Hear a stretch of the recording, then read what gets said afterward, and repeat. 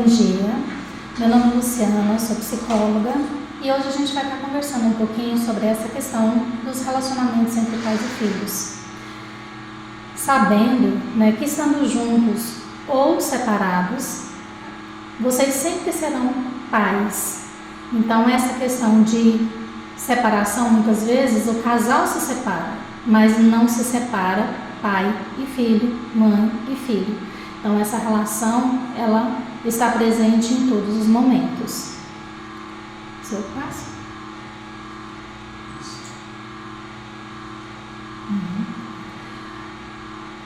Há algumas décadas atrás, parecia bem mais fácil, bem mais simplificado criar filhos. Então, existiam regras que às vezes eram rígidas, inquestionáveis, onde muitas vezes olhávamos os nossos filhos como em segundo plano, então como crianças não portadoras de direitos.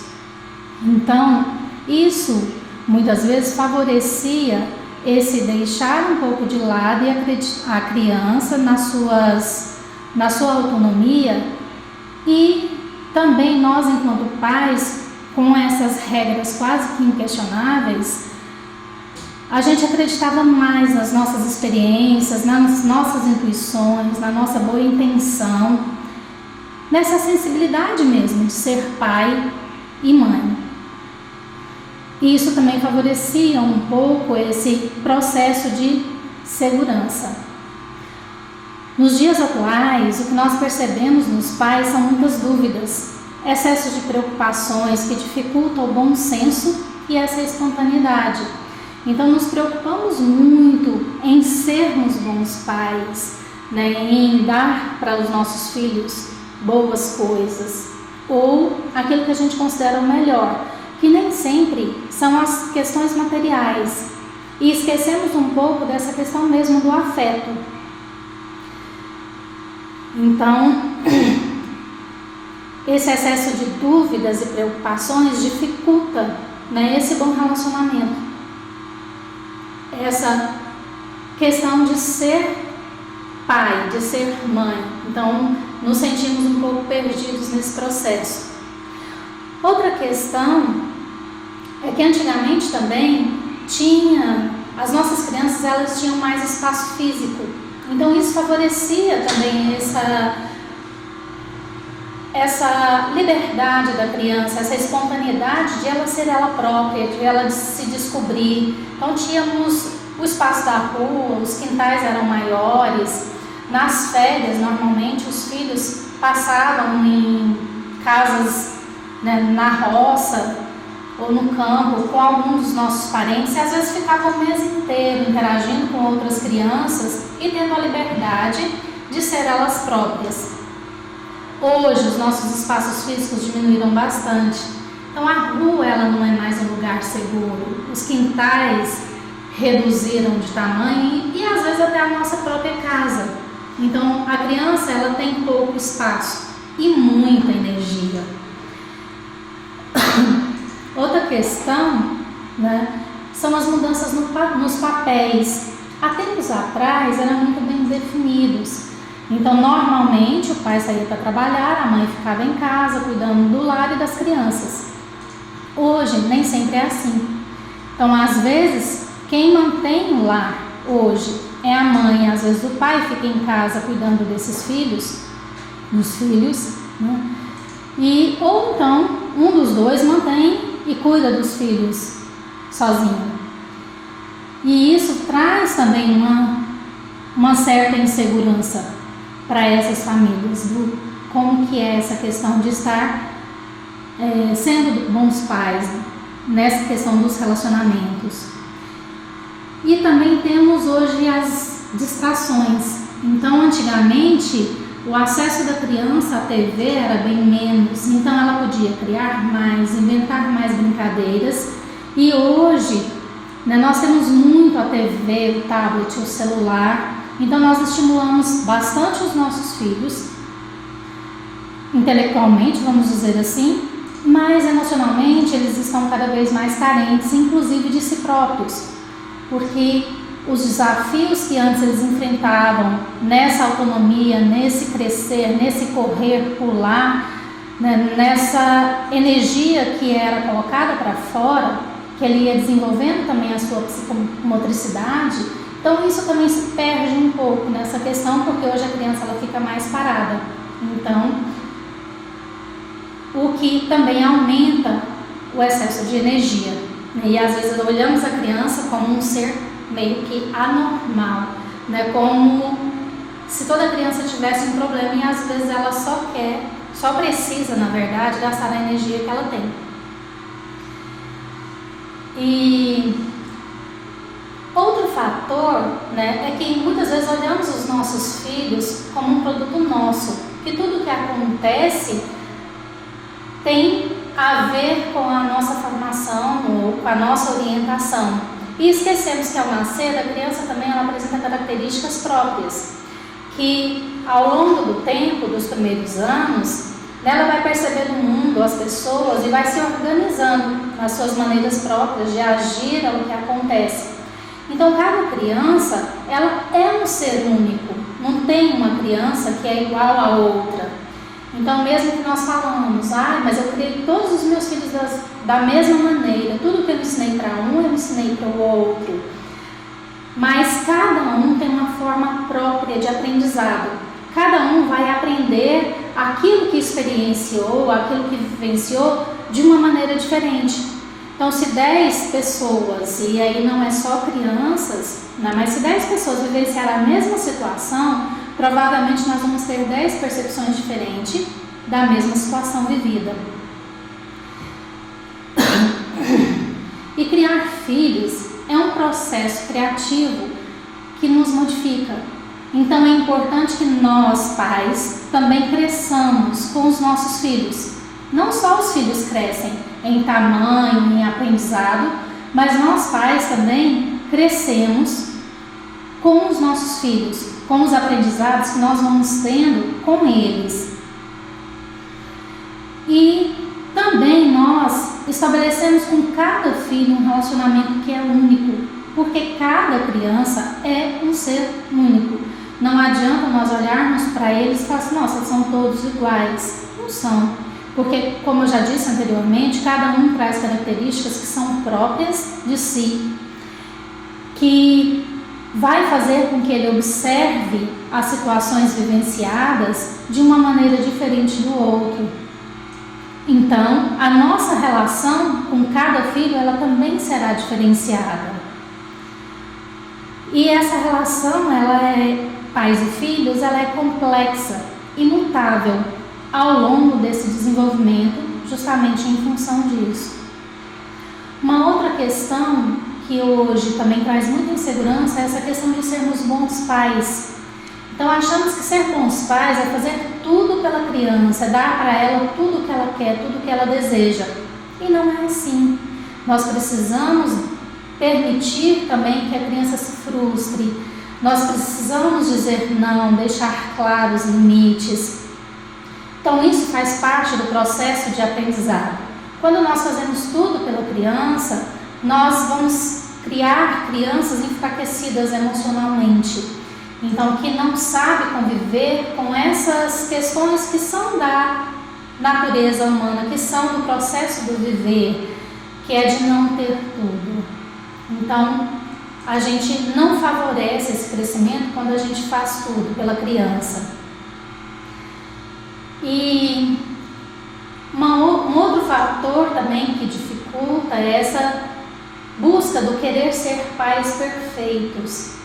Ou seja, eu quero muitas vezes que o meu filho tenha um bom comportamento, né, aceitável em situações sociais, então que ele vá mostrar para o outro que, com essa questão, que eu sou um bom pai. Então, quando nós queremos ser muito perfeitos, nós também transferimos muitas expectativas, criamos muitas expectativas, que esses filhos também sejam perfeitos, e muitas vezes paramos de olhá-los como eles de fato são. Então, os nossos filhos não têm que ser nosso cartão de visita.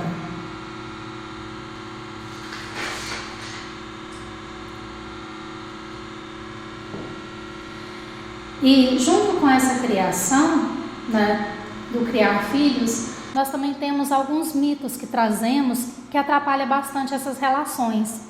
Um deles é o mito da normalidade, ou seja, que criança normal é uma criança que não tem problema, que não tem ansiedade, que não tem conflito e que nunca vai encontrar dificuldade. Então, que vai ter sempre facilidade em tudo. E isso não é verdade. Faz parte do processo de crescimento todas essas situações. Então, faz parte do crescimento o enfrentamento de dificuldades. E nós, enquanto pais, ajudando nesse processo de autonomia, devemos também favorecer, né, que a criança experiencie, que ela vá também vivenciar situações que às vezes são complicadas, são um pouco complexas, mas que isso vai favorecer na autonomia e no bom desenvolvimento emocional, afetivo, físico, mental dessa criança, ou seja, de uma forma geral. Outro mito é a harmonia perfeita no relacionamento.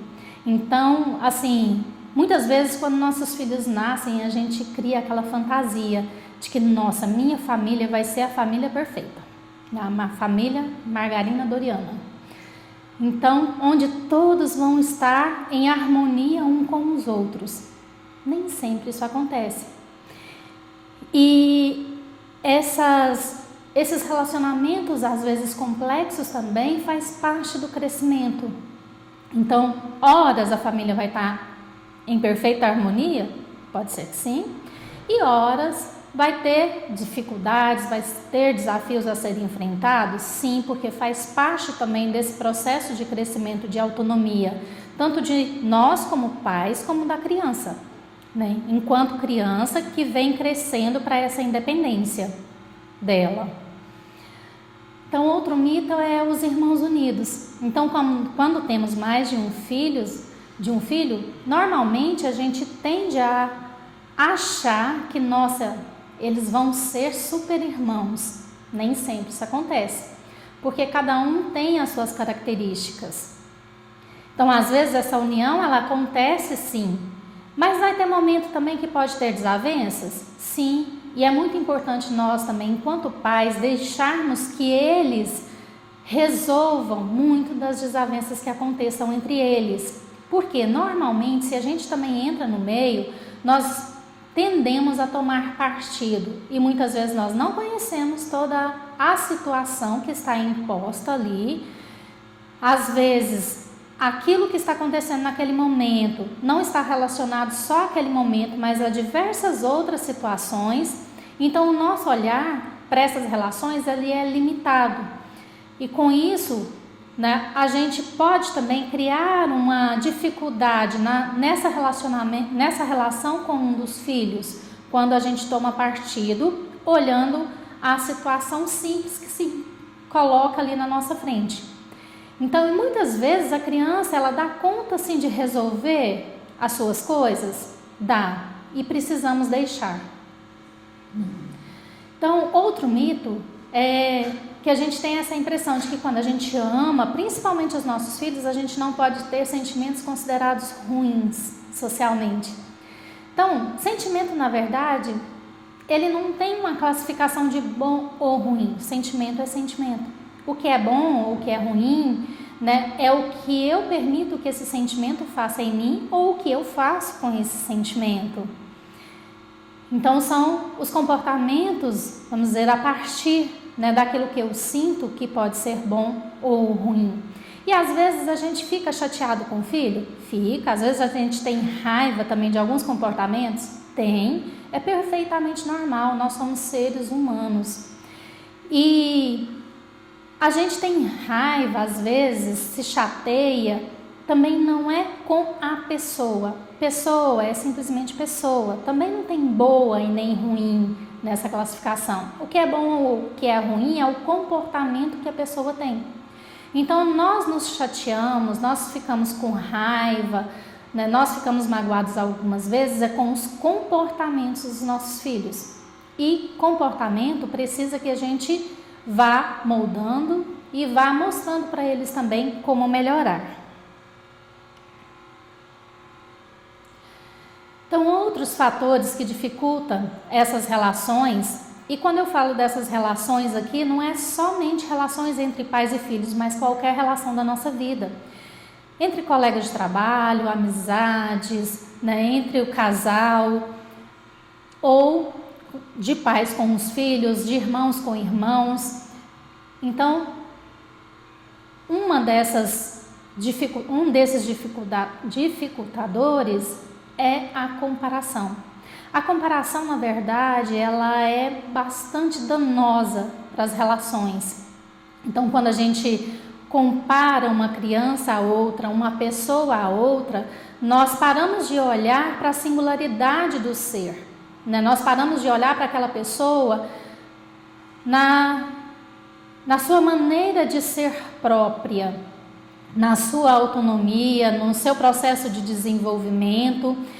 Então, nós paramos de olhar para aquele ser como único e queremos que ele seja igual, né? Então, não é porque todas as crianças da mesma idade terão comportamentos iguais, como a gente já falou antes, cada pessoa é única e cada um vai ter uma maneira de ver, de vivenciar, de aprender situações da vida. Então, algumas pessoas terão dificuldades em algumas situações, sim, e facilidades em outras, assim como todo mundo. Sempre nós vamos ter dificuldades em algumas situações, facilidades em outras. Então, a nossa cultura, né, principalmente o capitalismo, ele gera muito essa comparação. Então, se fulano conseguiu, eu também consigo. Por que você não consegue? O outro consegue, né? Então, isso é bastante venenoso, né? E acaba criando também, muitas vezes, as discórdias, principalmente se a gente compara irmão com outro irmão. Nossa, mas o seu irmão é menor do que você, ele consegue fazer isso. Então, é onde muitas vezes nós sabotamos as nossas relações, né, com os nossos próprios filhos. Às vezes, mesmo tendo, né, a ilusão de querer que eles sejam unidos, quando a gente compara, a gente favorece também essa separação. Outra questão é as projeções. Muitas vezes eu projeto no meu filho dificuldades que são minhas e não é dele. Então, às vezes eu sou uma pessoa tímida e numa situação, né, de sair, eu convido meu filho para sair comigo e às vezes ele quer ficar em casa. Então, eu já interpreto que ele vai ser uma criança tímida. Mas às vezes ele não tem problema nenhum de socialização, ele só quer ficar em casa. Então, eu não tenho que projetar, ou melhor, não posso projetar no outro aquilo que é dificuldade minha. Eu tenho que trabalhar em mim as minhas dificuldades e olhar o outro como um ser único, né? Claro que nós pais precisamos sim aparar alguns comportamentos que a gente percebe que quando a criança for adulta não será legal, né? Então eu preciso também estimular outros que eu percebo que quando a pessoa for adulta ele precisa desse comportamento. Então, porque senão também ele não vai ser um adulto, né, com autonomia. Então, outro dificultador é a identificação. Então, muitas vezes eu identifico no meu filho características que são minhas, ou que são dos pais, ou que são de outros familiares, que podem ser boas ou ruins. E quando essas características são ruins, vamos dizer assim, na minha consideração, muitas vezes eu começo a tratar essa criança como eu trato aquele familiar. Então, às vezes, distanciando dele ou estando mais brava com ele em função daquela característica, mas que não tem nada a ver com a criança. Então, eu não posso também tratá-la como um outro ser. Eu preciso olhá-la como um ser autônomo. Também não posso olhar meu filho como um complemento de mim. Então, como uma extensão. Então, aquilo que eu queria para mim quando criança, aquilo que eu tive muita vontade, então hoje eu vou realizar no meu filho. Não é assim. Se eu tenho essa expectativa ainda hoje, se eu tenho esse desejo ainda hoje, o meu filho ele não vai dar o valor que eu quero que ele dê. Seja para um objeto, para uma boneca, para um carrinho, para um jogo, seja o que for, que às vezes eu tinha muita vontade quando criança. Às vezes eu preciso dar sim, para mim própria. Então, comprar aquela boneca que eu sempre tive vontade, comprar aquele brinquedo que eu sempre tive vontade e me presentear com ele. Não presentear meu filho, né? Ou minha filha. Ou então, também assim, às vezes eu tinha muito desejo, né, de dançar, de ser uma bailarina, e às vezes eu quero realizar isso no meu filho. E paro de perceber que ele também tem características próprias, vontades próprias, desejos próprios, e que ele não tem que ser, né, o que eu não fui. Ele não tem que complementar aquilo que eu não tive. Então sou eu que preciso continuar buscando, e se ainda é importante para mim, buscar fazer por mim, mesmo hoje eu sendo adulto. Então o excesso de expectativas é outro fator que também dificulta essa relação. Então eu crio muita expectativa com relação ao outro, de que meu filho vai ser perfeito, vai ser lindo, vai ser inteligente. E às vezes quando eu deparo com algumas dificuldades que ele apresenta no processo de aprendizagem, ou seja, em qualquer processo na vida dele, então eu fico assustada, porque aquele não é o filho que eu projetei. Então, outra situação é quando a gente cria imagens fixas. Então, às vezes, a nossa criança, em um determinado momento da sua vida, da sua trajetória, às vezes ela pode ter sido muito chorona, né, ou muito dependente mesmo, e eu continuo tratando essa criança dessa mesma forma, sem perceber que às vezes ela já mudou de fase, ela já cresceu, ela já desenvolveu, e aí eu ainda continuo tratando segundo essa imagem que ficou fixa na minha cabeça, na minha maneira de olhar essa criança. E famílias, principalmente que têm muitos filhos, né, tende a colocar um como um bode expiatório, né? Ou seja, tudo aquilo que acontece de errado, de difícil, né, ou o brinquedo deixado fora do lugar, eu já falo, nossa, tenho certeza que foi fulano. Então, sem verificar realmente se foi essa pessoa ou não. Então, essa questão ela é muito importante de ser observada por nós profissionais, porque essa criança normalmente ela tende a sofrer todo o peso da frustração, né, dessa família como um todo, não só em relação aos outros irmãos, mas também em relação aos pais.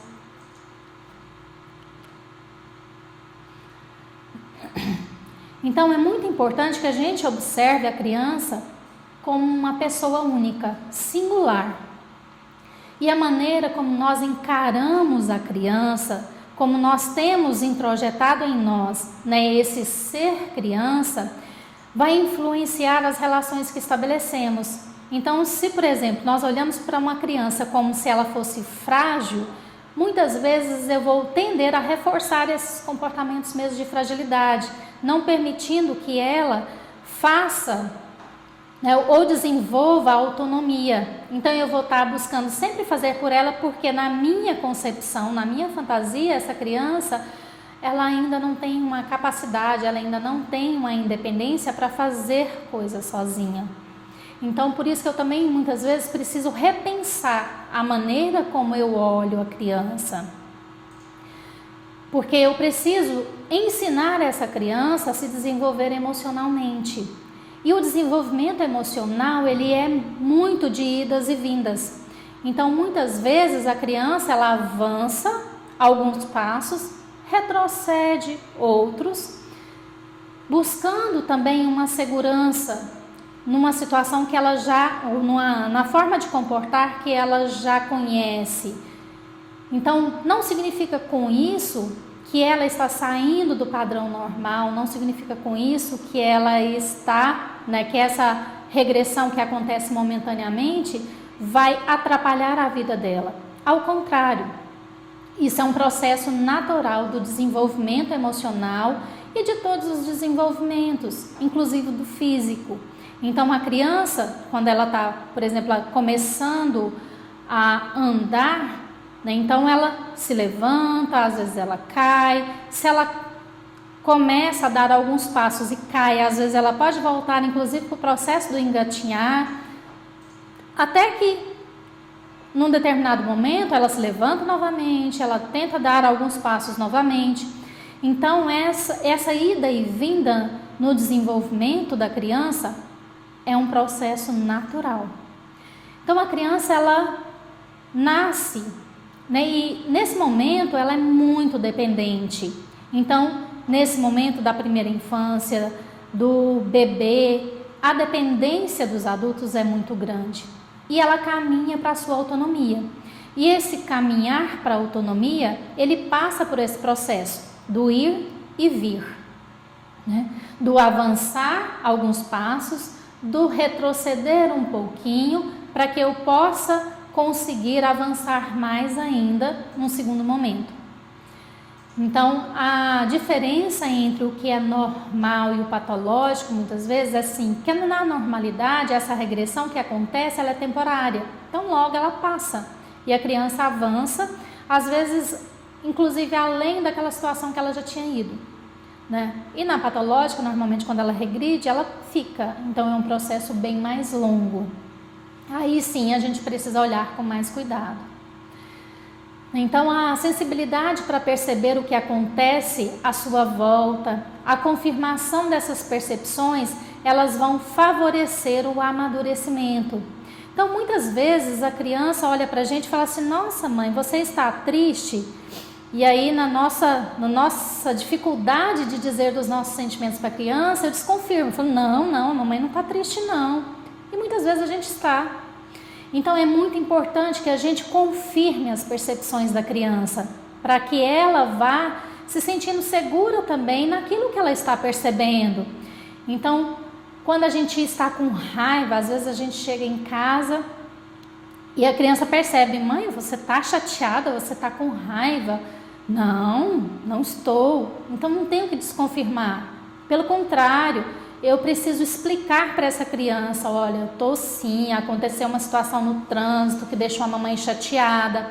E é muito importante que eu diga para a criança o que está me chateando. Porque no pensamento mágico que a criança traz em si, então tudo, até uma determinada idade, a criança, ela crê que o mundo gira em torno dela. Então ela começa a achar que ela é responsável por tudo.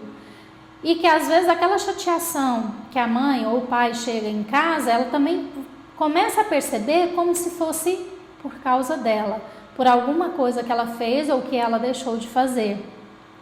Até nós adultos muitas vezes temos esse olhar. Então por isso a gente precisa deixar bastante claro para a criança o que, confirmar primeiro essa percepção dela e da onde está vindo esse sentimento, o que me causou esse sentimento. Então essa interpretação do que acontece nos primeiros anos de vida, que é esse pensamento mágico no qual que eu já falei para vocês, então isso vai interferir muito na nossa interpretação de mundo, nas nossas ações. E até nós adultos, quando alguém está chateado perto da gente, ou chegou e não falou bom dia, boa tarde ou boa noite, não nos cumprimentou, a gente pensa assim: nossa, será que eu fiz algo com essa pessoa? Então esse pensamento mágico, ele continua acontecendo ainda conosco. Então, outros fatores que dificultam a comunicação, por exemplo, é o excesso de ordens. Então, dar ordem é uma coisa que sempre vai acontecer, Então, não tem como a gente ficar sem, muitas vezes, dar uma ordem para a criança: olha, não faça isso. Ou então, pegue aquele copo para mim, ou pegue aquela roupa para mim.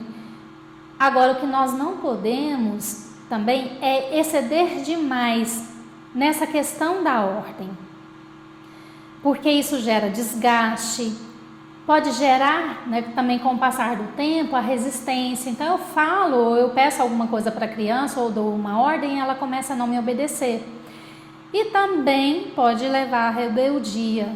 Então, que na adolescência, que normalmente o adolescente já tende um pouco mais a questionar algumas ordens dos pais, então ele pode começar a questionar todas as ordens. Então, o excesso de ordens é o que é ruim, né, nesse processo. Ameaças e barganhas. No primeiro momento, às vezes pode funcionar muito bem. Quando eu ameaço, olha, se você não comer toda a comida, você não vai ganhar sobremesa. Mas com o passar do tempo, isso também vai se perdendo, a criança vai aprendendo esse processo, né? Assim como as barganhas, olha, se você fizer isso, eu te dou aquilo. E um fator bastante prejudicial é que, na verdade, nós estamos ensinando nossos filhos a fazer isso conosco. E não demora muito tempo, como criança é um ser fantástico, que está em processo de crescimento, então ela própria vai começar a nos ameaçar e vai começar a barganhar conosco. E aí a gente também fica numa situação delicada nessa relação. Então, outro fator é a lição de moral. A lição de moral, ela tem um propósito de ensinar, né, bons modos, de ensinar a criança. Porém, o dificultador dela é que muitas vezes ela é isenta de sentimento. Então, eu não estou ensinando, de fato, a criança a observar aquilo através dos sentimentos que se apresenta da situação, aquilo do que ela está sentindo. E eu venho como uma verdade, vamos dizer assim, meio que absoluta. Então, nem sempre é tão efetivo e às vezes também com o passar do tempo, e se isso se torna frequente, a criança também já vai gerar uma certa resistência e não vai haver um aprendizado. Então, o dar sugestões ou persuadir. Então, muitas vezes também quando fazemos isso, nós queremos, na verdade, que a criança haja como nós gostaríamos que ela agisse, né? Então, não aceitando muito a sua individualidade, as suas particularidades. Então, nós queremos colocar situações que seria o que eu faria naquela situação. Então, dar sugestões é importante? Sim. Quando eu trago essas dificuldades, isso está no excesso, né? Então, eu não posso usar isso excessivamente. Então, negar as percepções, como a gente já colocou aqui, né? Que é negar para a criança as percepções que ela tem. Então, se ela percebeu algo, é importante que eu reforce para ela se é aquilo, se não é aquilo. E não desconfirmar, não dizer para ela, não é isso que está acontecendo. Então, se às vezes os pais brigam, né, e às vezes nós temos a ilusão de que a criança estava dormindo, ela não percebeu nada, ela não viu nada. Ela percebe, ela vê e a gente também muda de comportamento. Então, é importante às vezes que a gente valide essas percepções, né? Então, esse desconfirmar ou esse negar só vai gerar dúvida e insegurança na criança.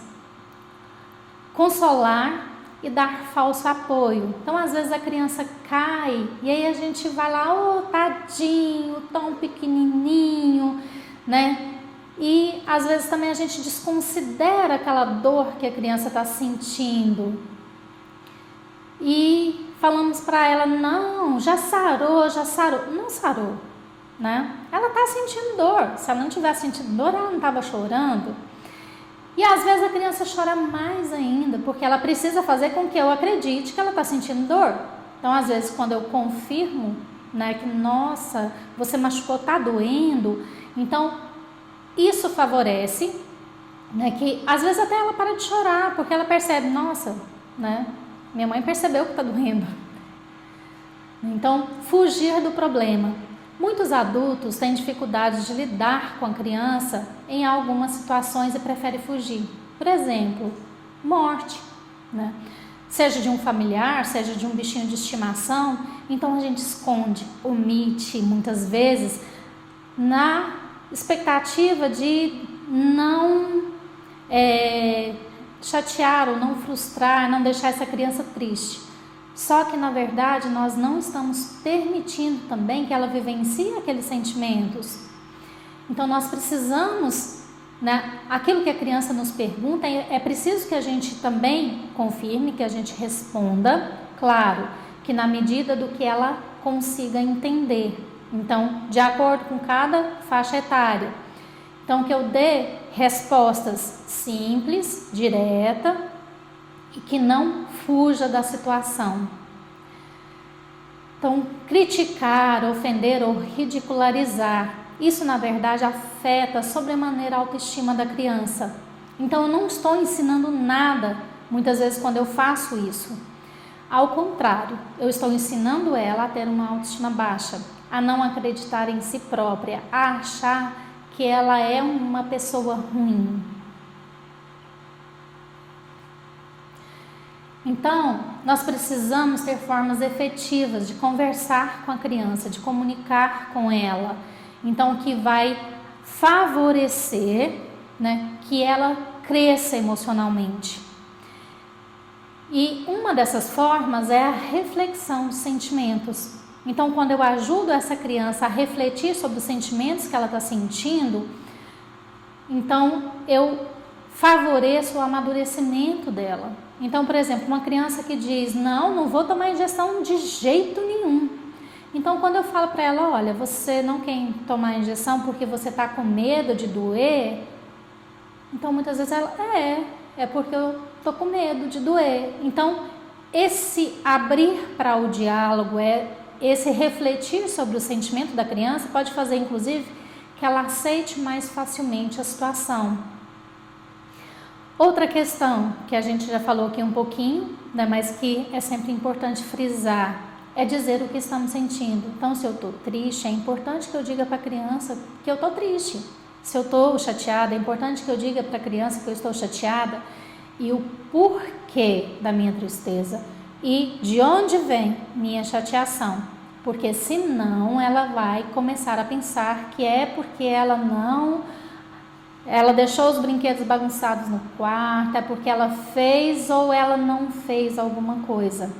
Então, lembra do pensamento mágico. Não preciso dizer, olha, eu estou chateada com algo que aconteceu, né, fora, ou eu estou chateada com o telefonema que eu recebi agora. Então, é importante que eu não preciso dizer detalhes para a criança, mas eu preciso dizer de onde vem esse sentimento, né? A aprendizagem por consequência. Então, eu preciso também mostrar muitas vezes para a criança o que aquele comportamento dela traz de consequência.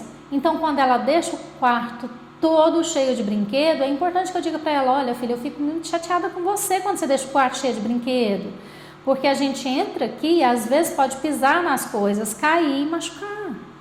Então, eu preciso dizer claramente, né, o que o comportamento dela pode causar em mim.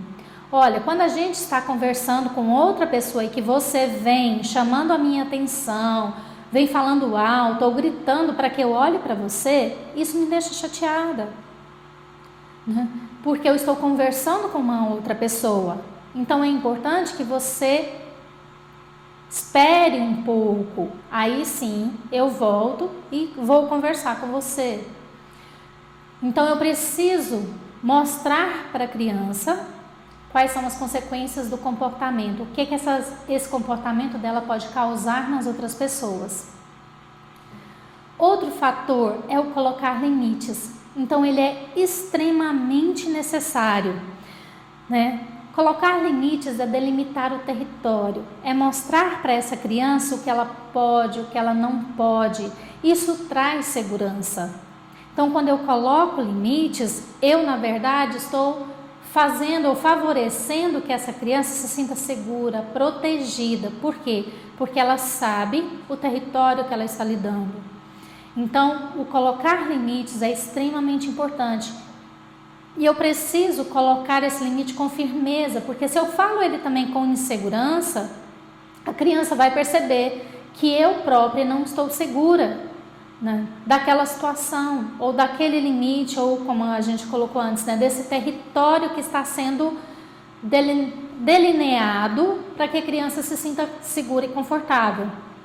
Então, eu preciso também trazer uma firmeza, trazer uma segurança na minha maneira de falar quando eu coloco esse limite. Então, aí sim, ele tende a ser obedecido. E nós precisamos também observar muito essa distribuição do poder. Então, o autoritarismo, ele fala muito daquilo que é meu, né? Então, das minhas vontades, das minhas percepções. E a permissividade, eu paro de olhar para aquilo que é meu e olho muito para o que é do outro, né? Então, o que é vontade, desejo, percepções do outro, e me coloco sempre em último plano. E, na verdade, o que nós precisamos é de um pouquinho de cada, né? Então, eu preciso olhar para as minhas coisas, para aquilo que eu preciso, para aquilo que eu quero. Preciso olhar para o que o outro também precisa, o que o outro quer. E precisamos, sim, em conjunto, né, fazer essa resolução conjunta. Ou seja, um cede um pouco naquilo que é importante que se ceda, o outro, né, cede também naquilo que é importante que se ceda, mas tem coisas que eu não posso ceder. Tem coisas que o outro também não pode ceder, porque quando ele cede naquilo que ele não pode ceder, ele vai se perdendo nessas relações. E aí fica uma situação complexa, meio que de submissão e de dificuldade mesmo de lidar com as questões do dia a dia. Então, nós precisamos identificar aquilo que é extremamente importante para mim. Eu não posso ceder em nenhuma das relações, aquilo que eu preciso ceder, ou que não vai ter problema sobre mim também se eu ceder, e trabalhar junto a essas concessões, seja isso entre o casal, seja isso com a própria criança. Então tem coisas que eu também posso ceder para a criança, então que às vezes ela me argumenta e o argumento dela faz sentido, e que às vezes eu preciso de fato, né, permitir que ela tente da maneira dela. Então, isso é importante nessas relações. E sabendo também que o autoritarismo, né, é diferente de autoridade. Eu não posso perder a minha autoridade, né? Então, a autoridade da pessoa, ela é importante, inclusive para trazer segurança. Então, como eu disse, se eu falo algo que eu não estou mostrando essa autoridade, que eu estou mostrando ao contrário insegurança, a minha tendência de não ser ouvida, de não ser obedecida será muito maior. E preparar essa criança para os acontecimentos. Então, não tem que levar a criança, ela vai chorar muito se ela for tomar uma injeção. Então, vamos explicar para essa criança, olha, é necessário, se você não tomar, vai ficar doente. Então, vai doer um pouquinho, mas logo passa. Então, nós precisamos informar, preparar, né, essa criança também para acontecimentos, para que ela sofra menos, para que ela não seja pega de surpresa. Nós adultos não gostamos de ser pegos de surpresa, então nós também não temos que deixar nossas crianças serem pegas de surpresa. E para que essa comunicação seja realmente favorável, né, e como eu falo para vocês de comunicação, nós estamos falando aqui da relação pais e filhos, mas na verdade essa comunicação ela acontece em todos os níveis, né, em todos os lugares que nós estivermos, né, esses fatores vão favorecer. Então nós precisamos sim observar, né, os componentes não verbais. Então quando eu estou conversando com a criança, eu preciso olhar para essa criança, eu preciso prestar atenção no que ela está falando, porque senão o que eu estou ensinando é ela também não prestar atenção naquilo que eu falo. Então se ela conversa comigo, eu não olho para ela, eu não presto atenção naquilo que ela fala, como é que eu vou querer depois que ela preste atenção naquilo que eu estou falando? Então, os nossos comportamentos, eles estão sendo ensinados para essa criança o tempo todo. E não só aquilo que eu digo, principalmente aquilo que eu faço, porque nós aprendemos muito mais pela experiência do que pela fala, né? Então, quando eu vou conversar com essa criança, eu tenho que trazer uma postura de diálogo. Eu não posso chegar de uma forma autoritária muitas vezes, isso não vai favorecer nenhum diálogo. Então eu tenho que me colocar muitas vezes a altura da criança, né, com o corpo relaxado, e isso tudo, essa postura, ela vai favorecer que o diálogo possa acontecer, né? E também trazer um tom de voz cordial, porque se eu vou conversar, não adianta eu gritar ou falar de uma maneira brava. Então, eu também preciso falar para a criança de uma maneira simples, que ela consiga entender. Então, de acordo com a idade dela. Não adianta eu falar coisas muito complexas para uma criança muito pequena, ou de uma forma, né, muito erudita para uma criança que ainda está no processo de aprendizagem, né, de leitura e escrita, vamos dizer assim.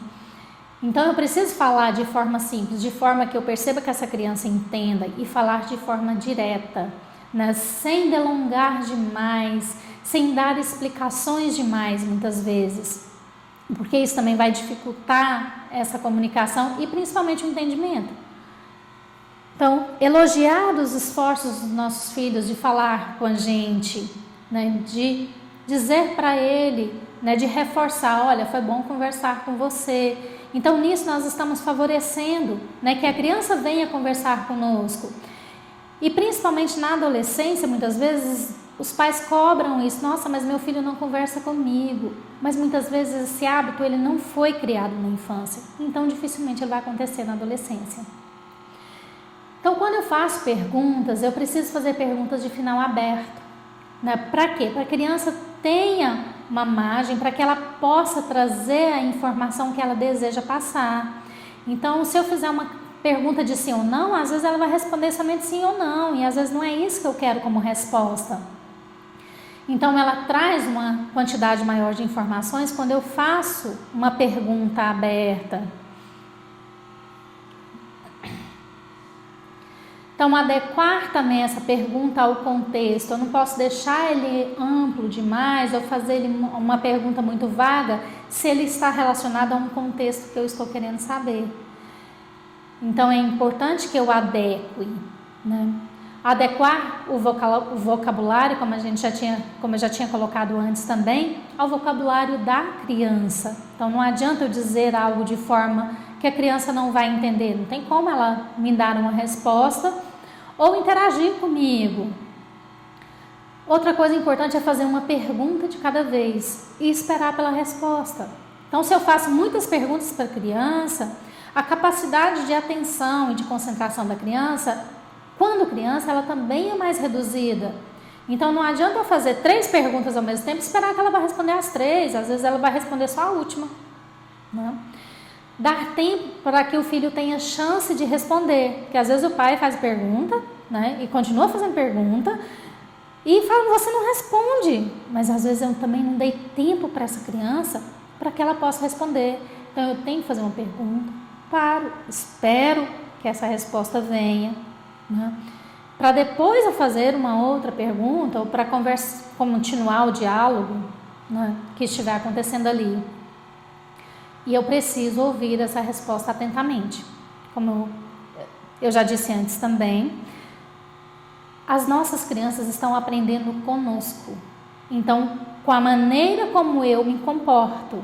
Então, se eu presto atenção, a probabilidade de futuramente ela também vir a prestar atenção em mim, quando eu falar, é muito maior. Se eu não presto atenção, eu estou ensinando que ela não precisa prestar atenção em mim. E não só em mim, né? Mas isso também vai ser levado para as outras relações na vida dela. Mas principalmente, né, falando dessa situação de pai e mãe, principalmente nessa relação conosco. Então, nós estamos ensinando para os nossos filhos muito dos comportamentos que a gente desaprova.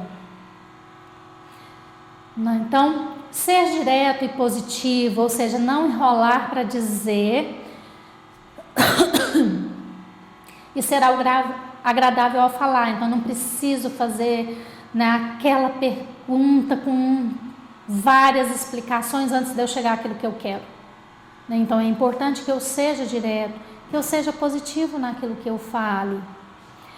Privilegiar também essa dupla perspectiva, onde 2 pessoas tenham chance de falar. Então, quando a criança estiver falando, é importante que eu ouça, e é importante que eu também perceba que a criança está ouvindo quando eu estou falando. Então, nisso nós estamos favorecendo que essa criança também no futuro tenha uma excelente comunicação. Então, e nessa relação, né, pai, mãe, pai, muitas vezes acontecem algumas situações que a gente fica irada, para não dizer, né, mais coisas, com o nosso parceiro, com o nosso companheiro. Mas eu nunca posso desautorizar o outro, principalmente na frente das crianças, na frente dos filhos. Então, às vezes, o pai, né, ou a mãe fez alguma coisa que eu, naquele momento ali, eu não concordo de forma alguma. Depois, quando estiverem sozinhos, vocês conversem sobre a situação, mas ali junto com a criança, não desautorize o outro. Isso, quando eu faço isso, na verdade, eu estou dando ferramentas, eu estou ensinando, na verdade, meu filho a me manipular, né? A manipular os pais de uma maneira geral.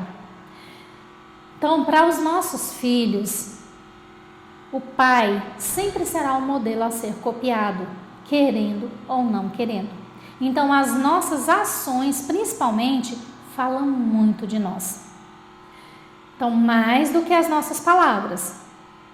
Então, a forma como eu me comporto, né, vai fazer, provavelmente, que a criança também venha se comportar comigo daquela mesma forma.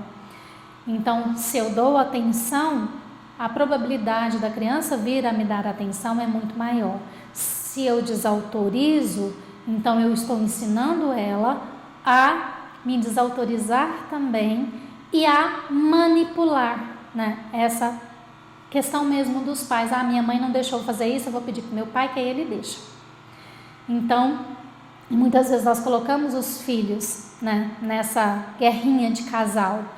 Então, às vezes eu estou chateada com o marido ou com o pai da criança e começo a transmitir isso para a criança. E isso é muito ruim. Principalmente, né, estando juntos é ruim, muito ruim também, mas principalmente quando os pais se separam. Então é muito importante a gente ter clareza que quem se separa, né, é o casal. O pai, a mãe nunca deixarão de ser pai e de ser mãe. Então nessa relação não tem separação. Os filhos nunca deixarão de ser nossos filhos. E essa relação não pode ser prejudicada por nenhum dos cônjuges.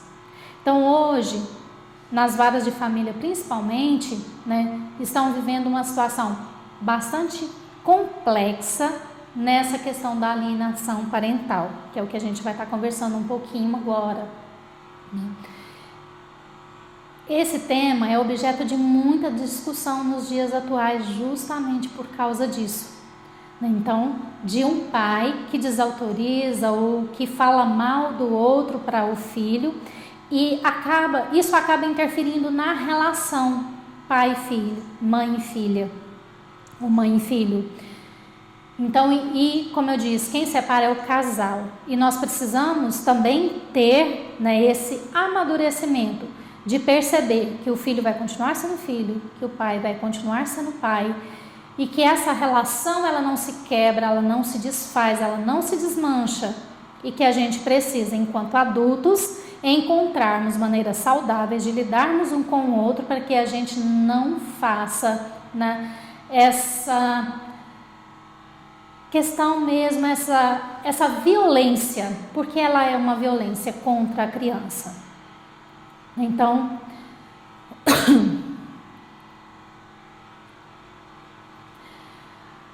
esse termo, né, ele foi criado pelo psiquiatra infantil Richard Garden, foi quem trouxe, né, pela primeira vez esse olhar para a síndrome da alienação parental, ao perceber, né, principalmente, como eu disse, na psiquiatria forense, que muitas crianças traziam essa fala pejorativa em relação a um dos familiares, principalmente a um dos pais, principalmente em situações de divórcio, e que não tinha um motivo aparente para que isso realmente estivesse acontecendo.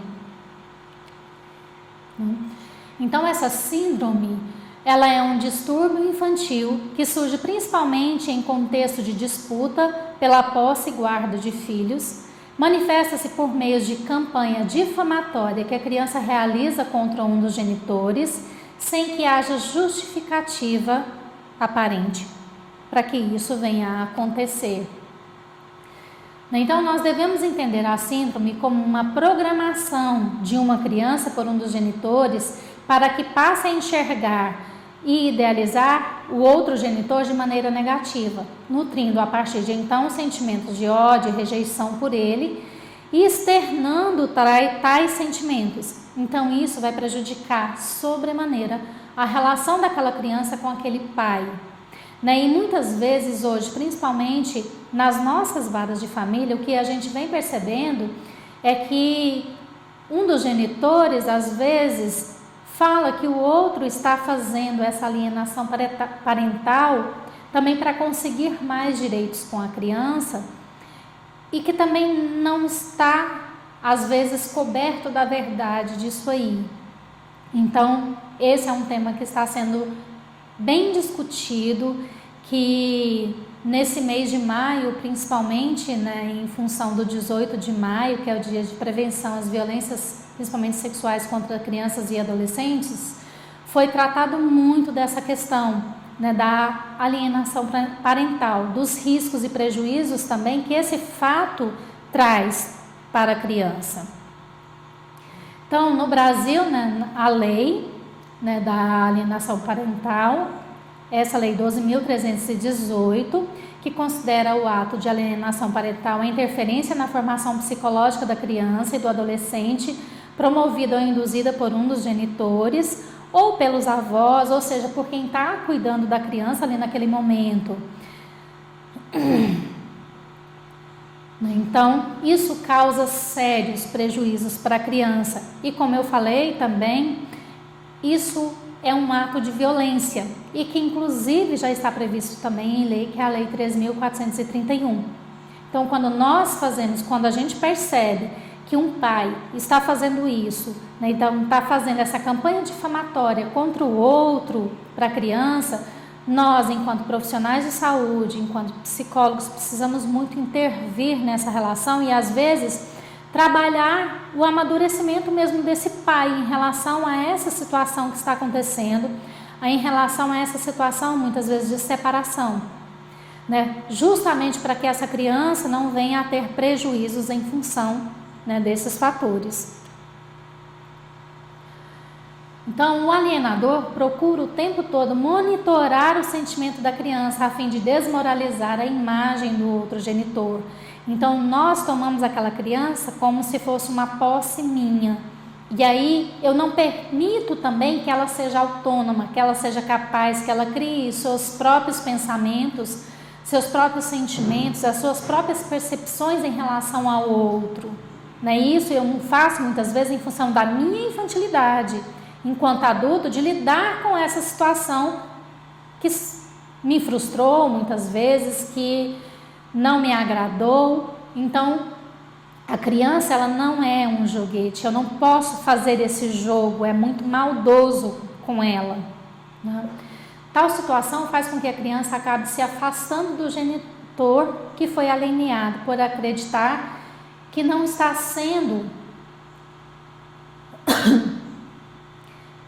que o que ele está fazendo é errado. Então, assim, eu dificulto os vínculos afetivos, eu vou destruindo, eu vou minando, e pela minha dificuldade, não é pela dificuldade da criança muitas vezes, é pela minha dificuldade enquanto adulto de lidar com as minhas frustrações, de lidar com as minhas expectativas quebradas. Então, a criança, ela é o reflexo do lar onde vive. Os pais devem focar na educação das crianças para o aprendizado em termos de valores, atitudes e habilidades.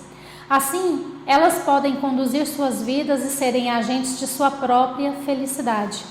Então, é isso que eu preciso estimular o dia a dia dos meus filhos. né? E ter essa parceria realmente com o meu companheiro, estando ele comigo ou não, porque pai, mãe, não tem quebra, não deve haver quebra nessa relação.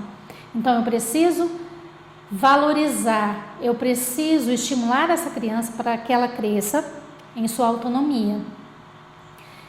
E como eu falei, dessas dúvidas, dessas dificuldades de nós pais no nosso momento hoje, né? Então nós perdemos muitas vezes esse foco, e a nossa principal tarefa enquanto pais, na verdade, não é dar tudo, não é fazer tudo, e sim ajudar a criança a crescer para ser um adulto responsável, capaz de tomar as decisões e de fazer as suas próprias escolhas. Então eu crio meu filho para autonomia, para que ele seja autônomo, como a gente disse, como foi dito antes. Então ele sai da dependência quase que total para a independência também total.